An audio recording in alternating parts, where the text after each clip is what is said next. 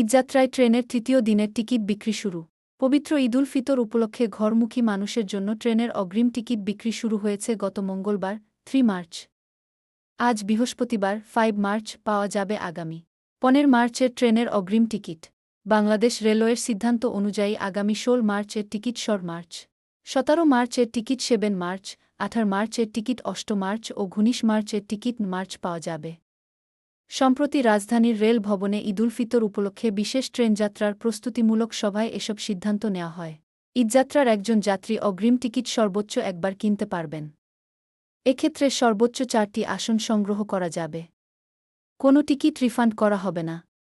সভায় জানানো হয়, ঈদযাত্রার শতভাগ টিকিট অনলাইনে বিক্রি হবে।